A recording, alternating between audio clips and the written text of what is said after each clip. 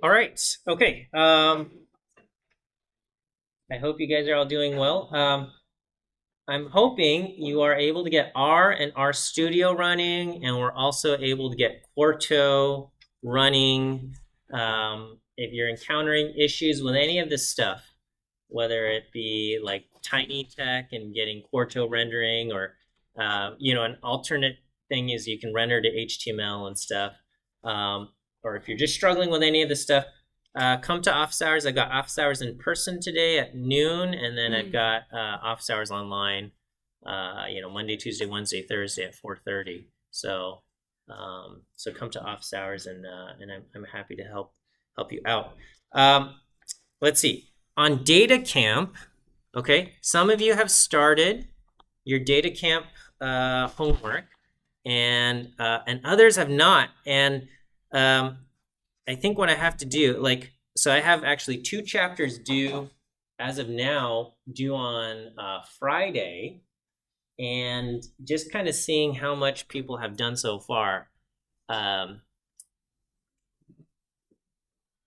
think you're going to run out of time. So I will leave the intro to R. That will still be due on Friday, and then I'll give you another 2 days. I'll make it due on, I guess, Sunday, the intro to the tidyverse. Okay. And so make sure you get started at least on the intro to R like today if you haven't done so. Okay. You should have all received invitations unless you just added the class like in the last, I don't know, 24, 48 hours or so. You might not have received an invitation from me. Okay. If that's you, come to me during office hours. I will get you an invitation, and we can get you started. If you go to Data Camp and you're getting this thing where it's like, give us money, okay, then that means your Data Camp has the wrong email address. Okay, so I sent an invitation to whatever email is listed on the class roster. Okay, but I know everybody has multiple email addresses. And so when you accept that invitation, you have to create an account with the exact same email address. If you create an account with a different email address, then DataCamp's going to ask you for money. Okay. Some of you might have already had a DataCamp account with a different email address, and this is probably the most common scenario, as you already have a DataCamp account with a different email address. I sent an invitation to a different one. When you click that link, because of cookies and stuff, like it opens up your other account, and it doesn't associate the kind of the free class subscription with your account. So what you have to do is you have to log out of your other DataCamp account, log out of it, go back to the email, accept the invitation, and make sure you create an account with the exact email that was invited. Okay. Otherwise it's going to ask you for money. And if you're enrolled in the class, you don't have to pay money to DataCamp. Okay. But again, if you haven't started, get started today. Okay, because there's like a few chapters in the course, and I think DataCamp is a great learning platform. But if you try to do it all in one session, it is miserable. Okay. and you don't get as much learning out of it. Okay, so I would say at most do 2 chapters in a day. All right, so do a chapter, do 2 chapters in a day or something like that, and then and I think that's a good pace. But if you try to do like, I didn't touch anything, and then you wait, I'm going to do 2 courses, a total of like 8 or 9 chapters in one day. It's like it's like washing dishes for 7 hours straight or something. Okay, it's not fun. Okay, so just do a little couple chapters. If you haven't started, start today. So you got introduction to R, introduction to the tidyverse. Another question that students have regarding DataCamp is like, am I going to be tested on everything covered in DataCamp? And so the answer is, I will, if you're going to be tested on something, I will make sure I put it somewhere in my lectures. Okay? So if I'm going to test you on something, it will at least appear in my lectures at some point. Okay? If there's something that shows up in DataCamp and never appears in my lecture, I will not test you on that. Okay? There should be a considerable amount of overlap between what I cover in lecture and what appears in DataCamp. And you know, the order of things isn't always going to synchronize. Sometimes for a lot of the things, you will get your first exposure during the DataCamp lesson, okay? And then I will give you more exposure during my lecture.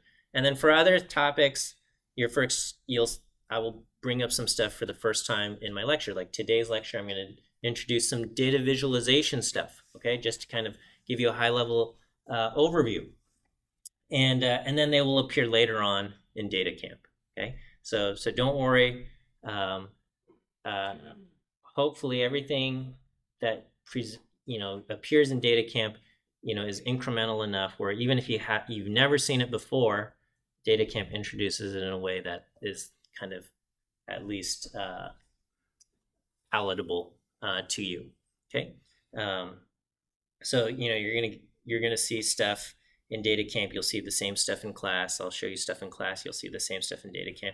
And again, the purpose of the homework in DataCamp, as well as you'll have separate homework assignments that I assign you. That's not DataCamp. All of this is these are exercise opportunities for you to kind of get more exposure, for you to learn. So, because the learning process happens when you actually have to type the code out yourself. Okay, it's my background just changed. It's like I don't know, learning piano or something. Okay, you're not going to learn piano by just reading music or watching someone else play. Okay, like you have to push the keys yourself. You have to kind of get through that and get the muscle memory. You have to activate that part of your brain where you are doing some work. You have to activate that part of your brain where you are typing out code and stuff. Okay. All right. Let's. I think is that all I needed to say about DataCamp? Okay. Yeah. And then try to get RStudio, Quarto running on your computers. And if you have issues with any of that, come to office hours, either in person or remote, and we'll try to get you squared away. All right, today I want to talk about data visualization. We're going to start here. Okay, so DataCamp will introduce you to I don't know, like doing math operations in R and creating vectors and things like that. But here I want to kind of talk about the idea of taking data and presenting it visually, because that's an important part of data analysis, data science, and really our understanding of data a lot of times requires us to visualize it, because visualizing things, our visual parts of our brain are able to identify things that are kind of, I don't know, symbolic interpretation of the parts of the brain can't. Okay, there is I have this slide that just says, if it feels overwhelming because it's your first time seeing any of this stuff, don't worry. Okay, I've got a bunch of I'm going to just dive straight into some of this code and stuff, and it might feel a little bit overwhelming, and just my encouragement is just don't freak out. just hang in there. Okay. This is an excellent resource. It's called the R Graphics Cookbook. It's a great resource as far as producing graphics, and it's free to read. Okay, again, just read it in your browser. If you want a paper version, you got to pay for that, but happy to read in the browser. read in the browser. Okay, and then I'm going to use a package which is part of the Tidyverse called ggplot, okay, or ggplot2. This is basically a package that is designed for creating data visualization and graphics. Okay, R has some of its own ability to create graphics and plots on its own, and some of you will take Stats 20, I think, or a lot of you will take Stats 20 at some point, or maybe you're, I don't know, anybody enrolled in that also? Okay, some of you. All right. And in that class, you'll probably be taught some base graphics stuff, okay? I'm teaching ggplot, and I think it's a good system as far as data analysis goes, okay? And it stands for, GG stands for Grammar of Graphics. Someone thought about, like, what does it mean to visualize data? And that's basically the system, okay? And so when we're talking about the grammar of graphics and what it means to visualize data, what we're doing is we're taking properties of the data, like its numeric value, or if it's a categorical variable, that, you know, its value, and we create what we call a mapping to visual properties. Okay, so you think about, like, you know, what the visual property of something is, like, what color is it, or like how high up in, you know, on the chart is it, or how far to the left or right is it on the chart, things like that. Those are visual properties, and we say we're going to go from a set of numbers or values or categories or whatever it is, and we're going to create some kind of link or a map between the numeric space or the value space, the data space, to our visual things. It's this very kind of abstract idea, but once you're able to get your head around it, then you'll be able to think of data visualizations and interpret data visualizations and things like that, okay?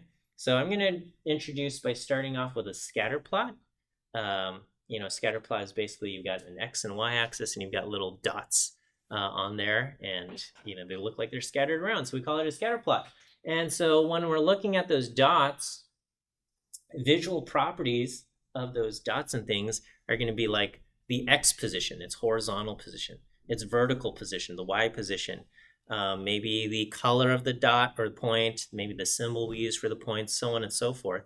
And what we're going to do is we're going to map properties of the data from the data space to those visual properties, okay? So here is some code that we use to create a table of imaginary people, okay? So in R, the code here is I do data.frame, okay, parentheses, and this says I'm going to make a table, a data frame, a table of data here, and I have, I put in the names of the columns, so I have 4 columns: height, weight, gender, hair, and then I put in vectors of values. And so I have 6 fictional people, and their heights in inches. We got 62 inches, 67 inches, their weights in pounds, their genders, their hair colors, and so on and so forth. This shows up here, and I can say, hey, print out this data frame that I've just created. I assign the data frame to this object called df. And so these are my 6 fictional people, okay? So I have somebody who's 62 inches tall, weighs 120 pounds. Somebody who's 67 inches tall, weighs 140 pounds. 72 inches tall, weighs 190 pounds, okay? Again, just some made up numbers and things like this. So this is my data frame of imaginary people. And what we're going to do is we're going to take this information, okay? So I've got these 6 people, and we're going to create a scatter plot, okay? And so the command I use in ggplot says what I want to do is I want to put the height variable on the x-axis. I'm mapping aesthetic properties. The AES stands for aesthetics, but I want to put height on the x-axis, weight on the y-axis, okay? And you probably learned how to do this maybe in like 6th grade or something. I don't know. Like you had to create a plot, right? And if I gave you this as a task, if I gave you some graph paper and I say, hey, I want you to make a plot where you're going to plot the 6 people here, and I say put height on the x-axis and weight on the y-axis, you can do that, right? You can do that. And that's basically, this is the command that we tell the computer, put height on the x-axis, put weight on the y-axis. Okay. I also say, hey, determine the color of the dots based on the gender variable. Determine the shape of the dot based on the hair color variable. Okay. And so when we do this, the result looks like this. Okay. And so let me just kind of flip back through a few slides. Okay. So this first individual with a height of 62 inches and a weight of 120 pounds is this dot over here. So along the x-axis, I have height, and it's labeled, 62 and a half, 65, 68 and a half. Okay, so this person, 62 inches, 120 pounds, is this dot over here. Okay. Then we have somebody who's 67 inches tall and weighs 140 pounds, right? And so that's going to be this dot right here. Okay. And 72 and 190 is this dot up here. Okay. And so basically we've just gone from the data onto this. Okay. So the locations of the dots are determined by the height and the weight. Okay. And then other aspects of the dots, we have the color of the dot. It could be this reddish color or this bluish color. Okay. People in our data who are female, they get represented with red color, right? So that's going to be, this individual right here who is 62 inches tall, 120 pounds. This person is female in our data set, okay?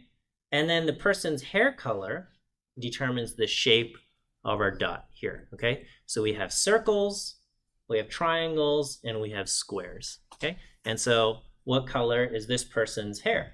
Okay, well, this person has a square. This person has brown hair, okay? And we can see that, right? So 62 inches tall, 120 pounds, female, brown hair. That's going to be represented right here. 62 on the x-axis, 120 on the y-axis, red color for female, square for brown hair, okay?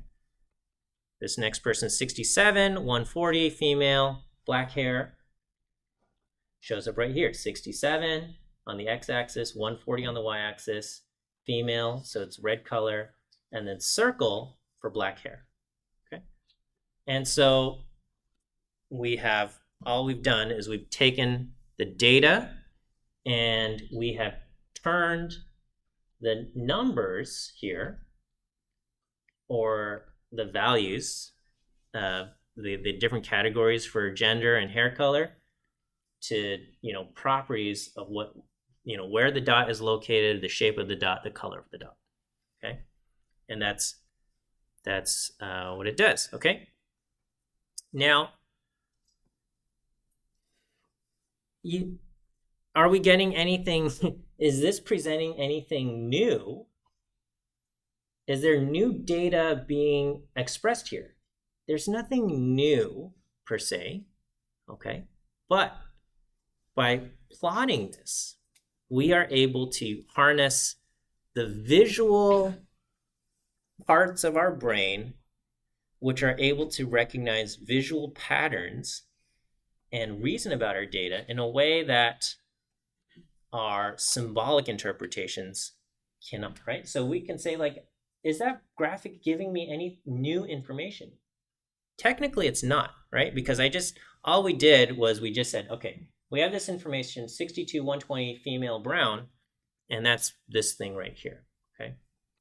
And I did it for all 6, and we have 6 dots here. All right. What if I ask this question?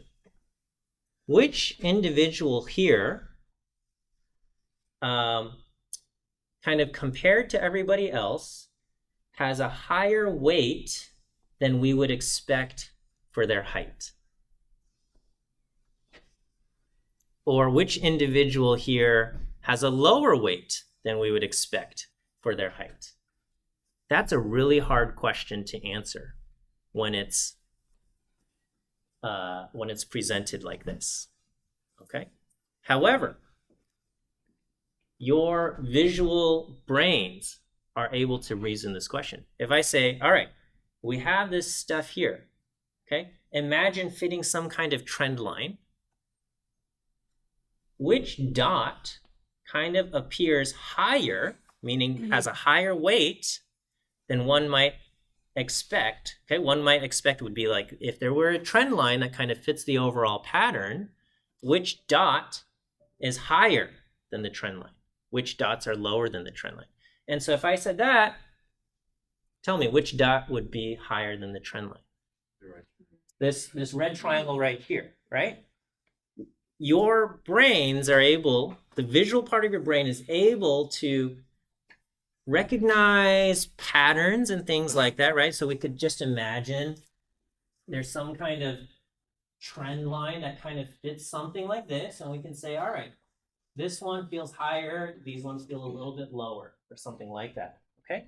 Whereas, and so we could say, oh, this individual who is 65 inches tall and weighs 160 pounds, compared to kind of everybody else, again, this is just a fictional data set of fictional people, okay, compared to everyone else, we can say this dot appears higher than the trend line, okay?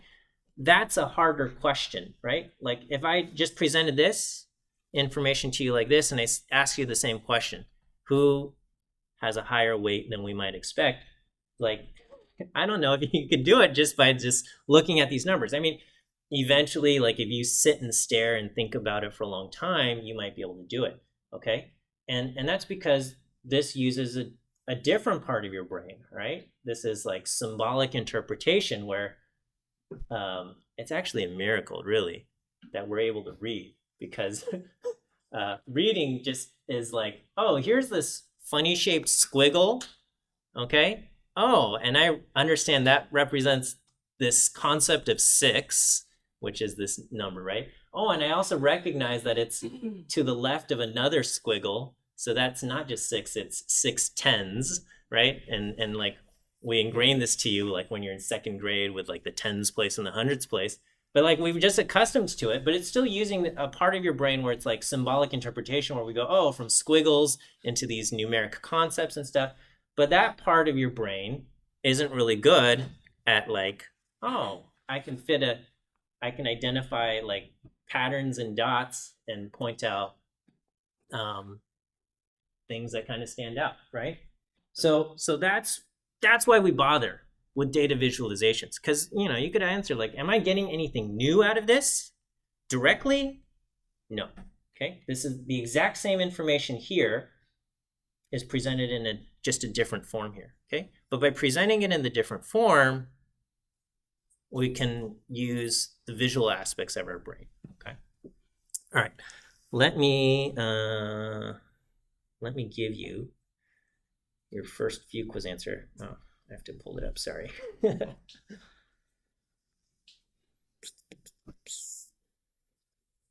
All right. So week 1, Wednesday, lecture viewing quiz. First answer today is the letter D. D as in dog. D as in dog. Okay.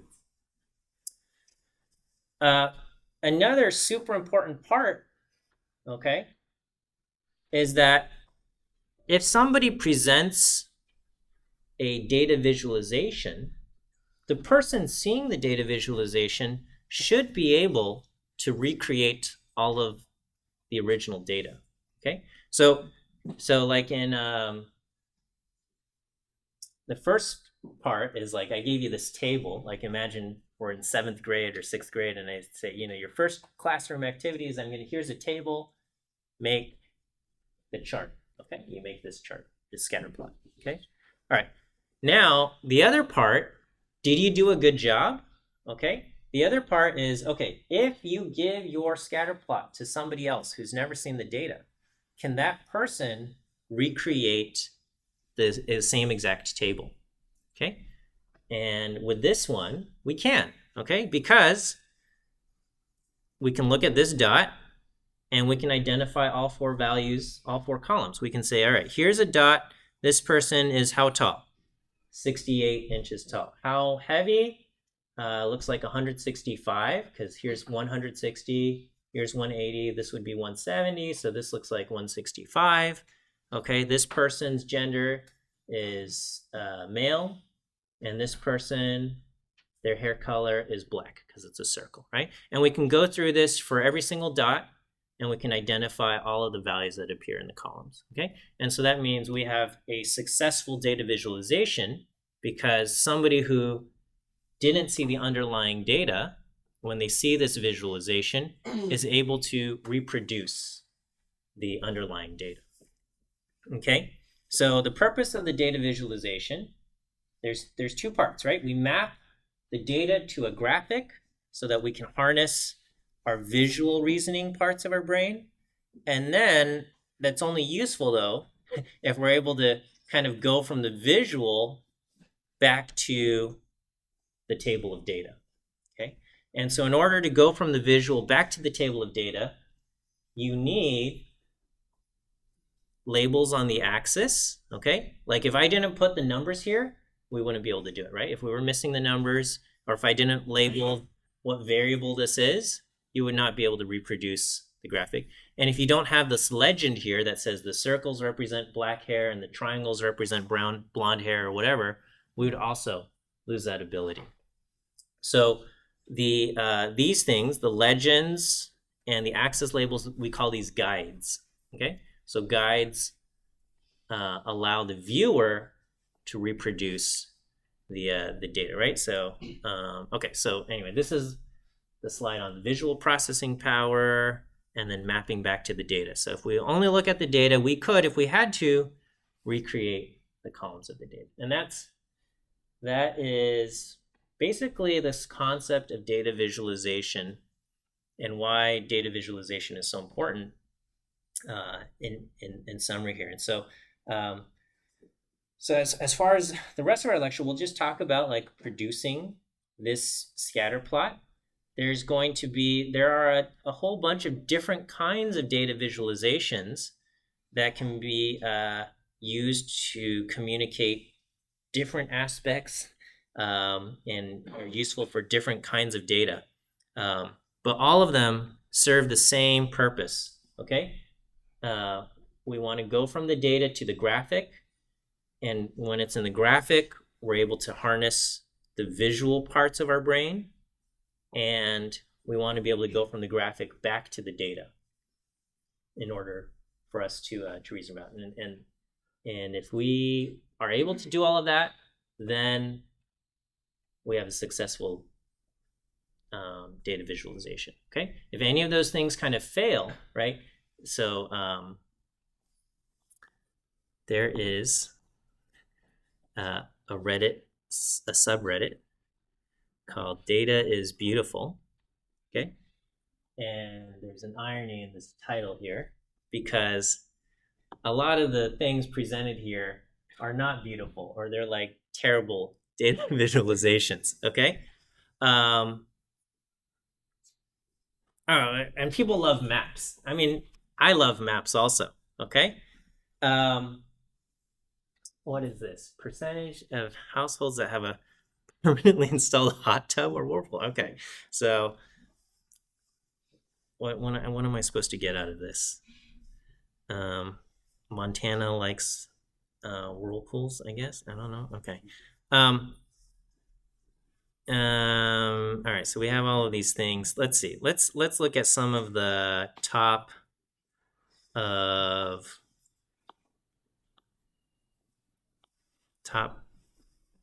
things that, okay. Where do you pee?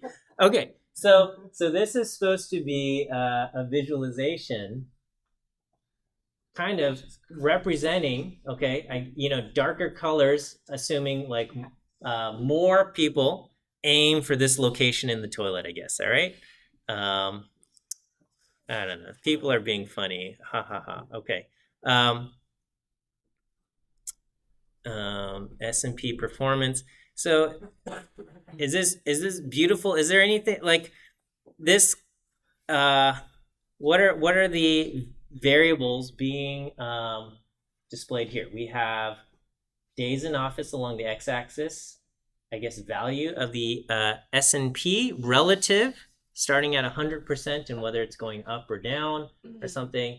And then we have the different colors represent presidents, okay? Presidential terms and things like that. And so this was as of March 2015. Okay. All right, so I guess these are the top ones, and I guess some are useful. But then, there's a lot of kind of, this is really, maybe this should just be, is there a visualization that confirms my opinions? But let's see, there's also a bunch of, like, this is, I don't even know, okay, I don't know what this is representing, but this is not exactly a particularly beautiful representation. It's just a bar chart, okay? And these axis labels are kind of like hard to read. Do these colors actually represent anything? I don't think the colors represent anything other. See, this is, in my opinion, this is like this information up here is 100% redundant to the axis labels down here, okay? And the colors up here, again, 100% redundant. There's nothing actually being useful represented. Got a bunch of ads. I don't know. Okay. Customer service benchmark. Okay. Well, anyway. So you have these different visualizations, and some are good and some are bad. And does it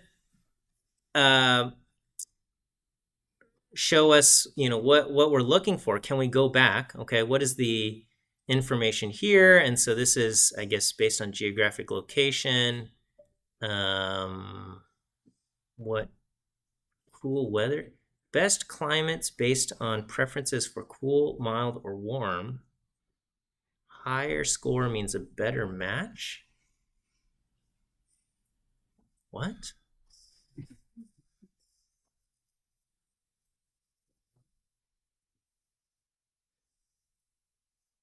Climates? I'm having trouble figuring this out. So these people in the mountains are happy with their climate? Is that what you're saying? Yeah, I think that's right. Yeah. And everybody in Arizona is unhappy with their climate. And these people in Texas and Florida. Okay, I think. But what does this mean? 0 through 200 cool weather index? What does a 200 match mean? How do you get a 200 match? How do we calculate this, right? Wait, what is this looking at? Oh, mild weather? Huh? It's 3 different ones. One's for The slides correlate to cool. Okay, so we have the mild weather and the warm. So like the warm weather. So okay, so these are people who like warm weather and they are happy with where they live? Yes. Or they're happy with warm weather? The warm weather that they have in that area. Yeah, no, because it's cold out north, so it makes sense that they wouldn't be happy if it was warm weather because So it's like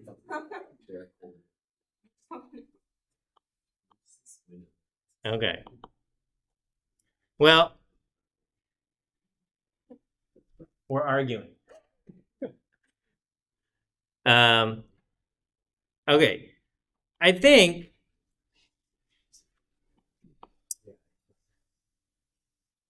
our interpretations here, okay, require us to have contextual information about the United States and the geography of it. So based on this, we're going to say, all right, this means things are cold up here and things are warm down here.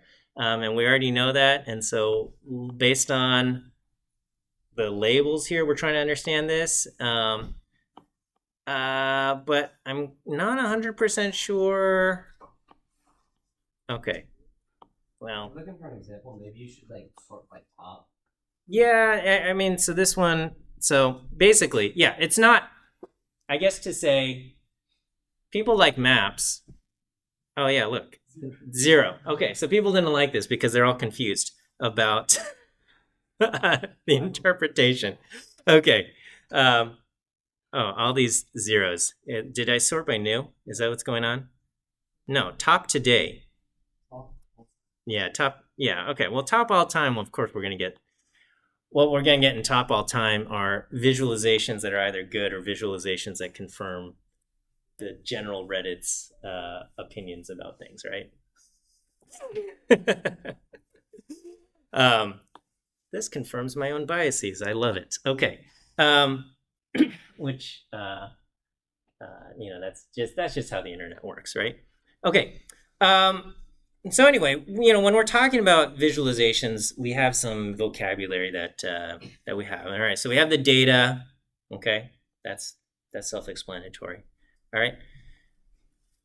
We call these things in ggplot geomes. Geomes are geometric objects that we use to represent the data. In the scatter plot, the geometric objects are these dots, basically these points of either circles or squares or triangles. We are using those shapes to represent our the data. Okay. Over here we have basically shapes. Okay, states to shapes and colors or shapes. Here we have bars. These are dots. Sometimes we also see bars and lines.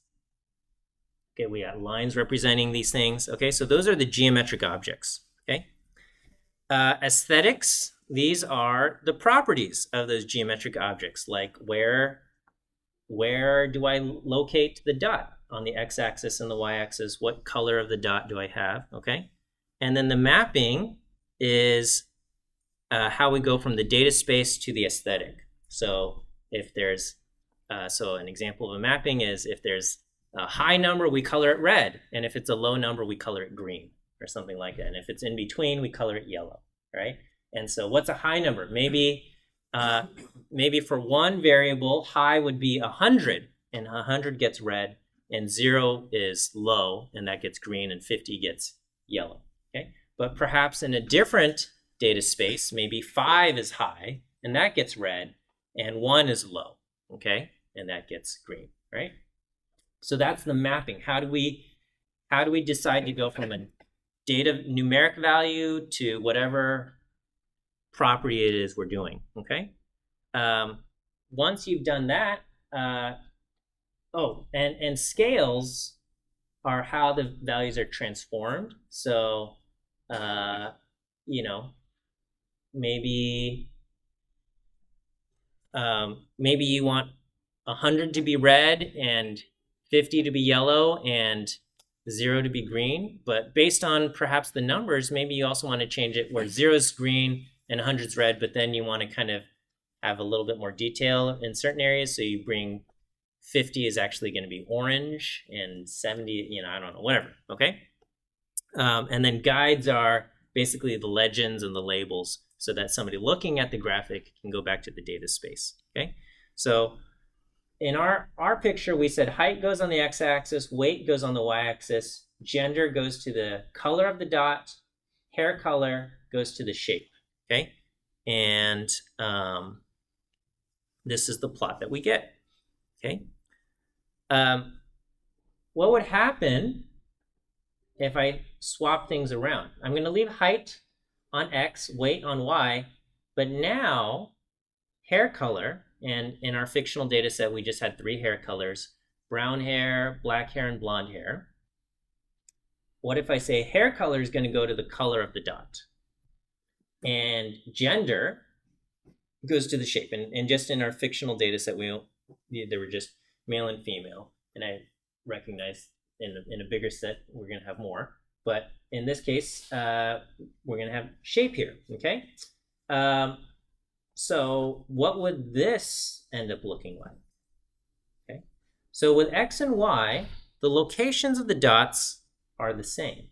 But now I'm going to have 3 colors for the hair. I've got red to represent black people with black hair, green to represent people with blonde hair, and blue to represent people with brown hair. Okay. And then as far as gender goes, I've got circles and I've got triangles here. So I'm going to just kind of flip quickly between these two. So this is where I have hair associated with shape and gender associated with the color of the dot. And here I have hair associated with the color of the dot and gender associated with the shape. Okay. Same data. The locations of the dots are the same because X and Y, we didn't change that mapping. But we have this, okay? This also achieves what we want to do in a data visualization. It goes from the data to the visual.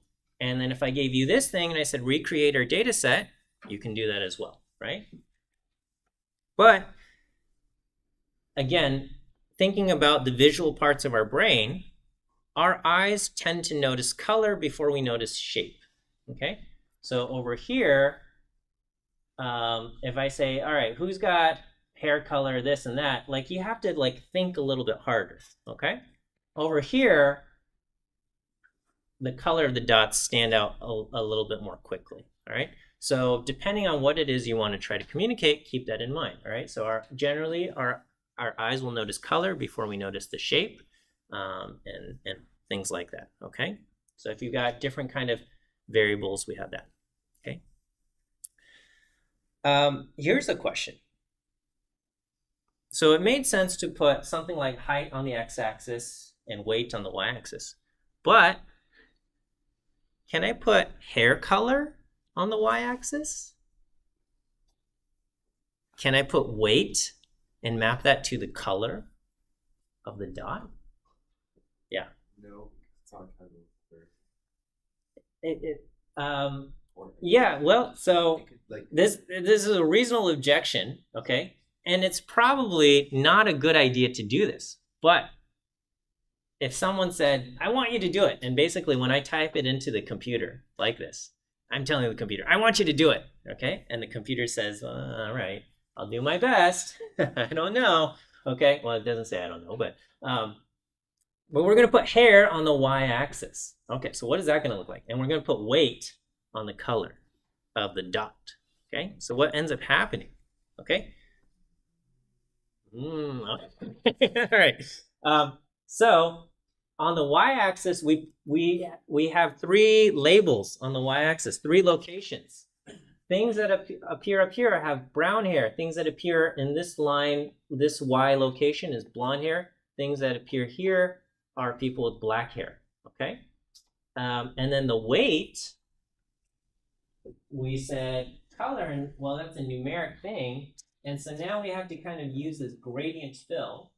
And we say, okay, well, when we look at our data set, the person with the lowest weight was 120 pounds and the person with the highest weight was 190 pounds. And so we're going to have dark blue, I guess almost black being 120, and then the brightest color blue, the default selection is this, is going to be 190. And so it's a little bit tough, but if I said, all right, go from this and reproduce our data set, we can kind of do it, right? Like this person, their height, 62, okay? Their gender, female, their hair color, brown, and then what's their weight? It seems like to be the darkest colored dot here, so we're gonna guess 120, all right? And I think that is the data point that we had, right? This individual right here, okay? And then this one is kind of the brightest, and you know, these ones are hard to distinguish as far as like who's a lighter or heavy, you know, who has more weight than the other, because these eyes aren't as good, and actually depending on you as an individual, you might have different numbers of color receptors as somebody else, and so, you know, some people can distinguish really close shades of color and other people have a harder time. So, you know, not great, but we can at least ballpark some of the weight numbers, okay? And so, yeah, ggplot does try to do this. And it feels different, but the idea of representing a number with the Y location or the shade of a dot added from an abstract sense is actually the same idea. Okay, we're taking a visual property, either its vertical location or the color of the thing, and we're using that to represent a numeric value. Okay, how many view quiz answers have I given you? Just one so far? All right, let me go ahead and give you your last two. Last two are E. Second one is E as in elephant. And the third one is B as in bear. Second one is E as in elephant. And the third one is B as in bear. Okay. So you have different types of aesthetics. We've been seeing so far for the scatter plot, X location, Y location, color of the dot, shape of the dot. Here I'm building up kind of the same idea. I've got my data and we're going to build it up. And if you, the first command is you tell ggplot, this is the data set I want to look at. And here we put in, this is just a blemish on the projector screen. We say, I want to put height on the x-axis and weight on the y-axis, okay? But when we plot it, there's actually nothing there. There's nothing, okay? And the reason why is because we haven't said what geometric objects we want to use, okay? We might say, I want to use points to represent this, okay? And so it puts points at height 62, 120, height here and there. This one is height 72 and weight 190. It puts points on the thing, okay? If we want to add other aspects, okay, we can start mapping other variables. And I can say I want to put gender along the color here, okay?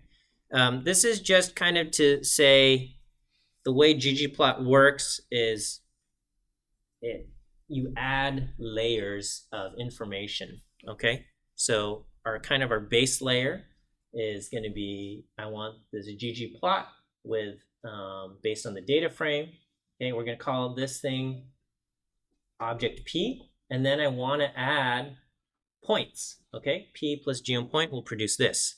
If I want to say, hey, these points, I also want to color them based on gender, I say inside the aesthetic mapping, take the gender variable and associate it with the color. And so when we do that, now I have red dots for female, blue dots for male, and it gets kind of colored like this, okay? These dots are small, which is generally desirable when you have lots and lots of data points. So usually you have more than 6 data points. So, small dots are pretty good, but in our case, we might like bigger dots. So I can say something like size equals 10, and this is going to make bigger dots, okay? Over here, I said color equals blue, okay? This is not an aesthetic mapping, okay? When I said color is gender, I'm going to go back a few slides, okay? I have it inside this thing that says aesthetic, AES, okay? And this says associate values in the data to aesthetic properties here, okay? Over here, I'm just saying color equals blue. It's not inside an AES. And this is basically just saying all of the dots should be colored blue. All of the dots should be size 10. And so when you do this, indeed, it makes all of the dots blue and all of the dots size 10, okay? But does the color blue communicate any information about our data? It doesn't, right? We don't learn anything about the gender or the hair color or any other aspect, okay? Does the size of the dot communicate anything? It doesn't, okay? These are what we call settings.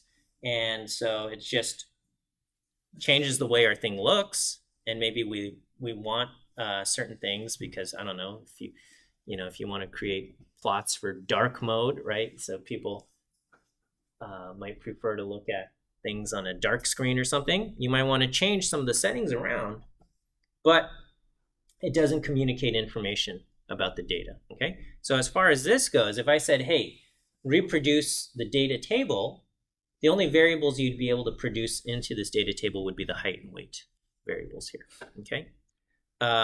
There's a few other things like changing the scale. So ggplot automatically looks at the data and says, okay, your smallest value is over here and your biggest value is over here, and it sets the thing. But, you know, if you wanted to make a point or something, okay, and you could change like some of the limits, right? And you can say, you know, 100, this is the, I don't know, they're making doors for 100 inches tall, and that's a waste because, you know, the tallest person that we have is, you know, I don't know, whatever, right? But you might be able to say something where it's like, okay, this is how much money has been allocated, and this is like the highest we've ever come. And you can change the scale to kind of illustrate or show, you know, the difference between some of this stuff. And so these are just different options.